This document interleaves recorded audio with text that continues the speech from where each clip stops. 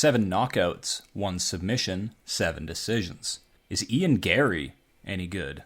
Ian Garry is the ultimate Irish troll. Whether it's intentional or not, he will forever be a mystery to me. From his estranged private life to talking trash so far that he is affecting court cases, this man knows no bounds. He might act this way because his fighting ability will never attract the fame and attention that Conor McGregor's did. And I'll be honest, I'm so here for all of this. I don't like boring fighters, and Ian isn't boring. He's far from it.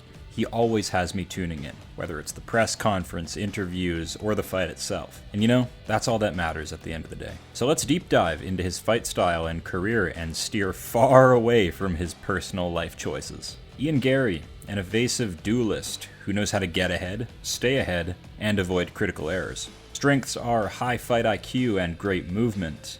Weaknesses are too patient, low power. Ian Garry wins by either outpointing you or catching you with a KO shot once you overcommit. Some may call this style boring, of floating on the outside and rarely engaging, but it works. And some fighters are there to win and not entertain you. Garry only has 1 loss, but others could find success bullying him in the clinch, short-range exchanges, or further test his ground skills. His best performance was his head kick win over Daniel Rodriguez. Garry started this off by landing really nice body kicks to get D-Rod to bring his hands down, then landed a sweet head kick and got the finish.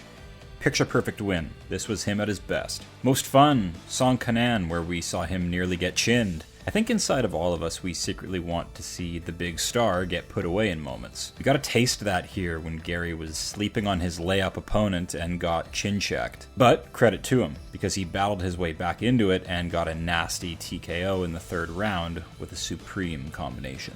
Notable wins, Michael Venom Page. Now this was just a bad fight, but sometimes 2 opponents just don't mesh right, you know? MVP is an extremely hard to engage opponent, at any range. Garry did a good job not getting sniped out cold in this one. He ate a huge punch in the fight. I don't know how he didn't get knocked out from that, his head's tiny. He won a close fight by banking some control time and grappling. It was quite sloppy, but MVP didn't have an answer for it. As always, Jeff Neal was a pure headhunter in this fight and struggled to land well on Garry. His movement is great for deterring boxers because he has this tiny head and his movement's so good. So he's hard to catch clean. Now this was Ian Garry at his best. Just hacking away at Neil Magny with brutal leg kicks and creating a really fun fight to watch. He was trash-talking, showboating, and doing some despicable things to Neil. He crossed the line in the build-up for sure, bringing Neil's family into it, but I don't think he really cares, honestly. Notable losses. Now, Shavkat Rakhmonov, we need to talk about this. Now, these two are some of the best names at 170, and Ian was very, very close to winning it by submission. But I think what it's really going to take to beat Shavkat is someone who takes more risks than a guy like Garry. Because this fight went all 5 rounds and neither guy really inflicted a lot of damage, which would be the way to beat either of them. Garry is too evasive and long, and Shavkat has an iron chin and great grappling. Time for the stat breakdown, where we really get to see the numbers behind Ian Garry's game. Strike accuracy, 55% above baseline. Strikes landed per minute, 4.7. Strikes absorbed per minute, 2.8. Takedown average, 0.74. Submission average, 0.49. Garry's ground skills are growing, and he's doing the right thing, seeking training in Brazil. I like this. Takedown defense, 74%. This is great. Knockdown average, 0.49. And average fight time, 13:35. And this is how Ian Garry is most likely to win a fight. By controlling his opponent on the feet with pure technique. He's a tall and lanky kickboxer with an educated clinch and great footwork. But that doesn't always result in great performances. They are often a bit too close for my liking and pretty dull if he doesn't get the KO. Subs are possible, but unlikely.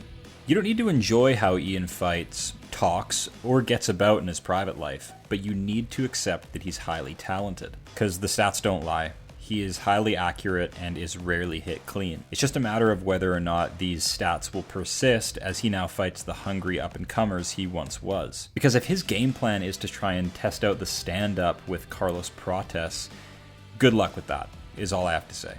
Ian Garry is A tier. As always, take care and have fun. Subscribe to the channel and comment who I should break down next. Recent requests are Ilia Topuria and Carlos Prates. The list is getting long. Dangerous knockout artists are quite the treat to break down, so expect those sooner rather than later. But we have lots to talk about because the UFC is busy, which means so am I.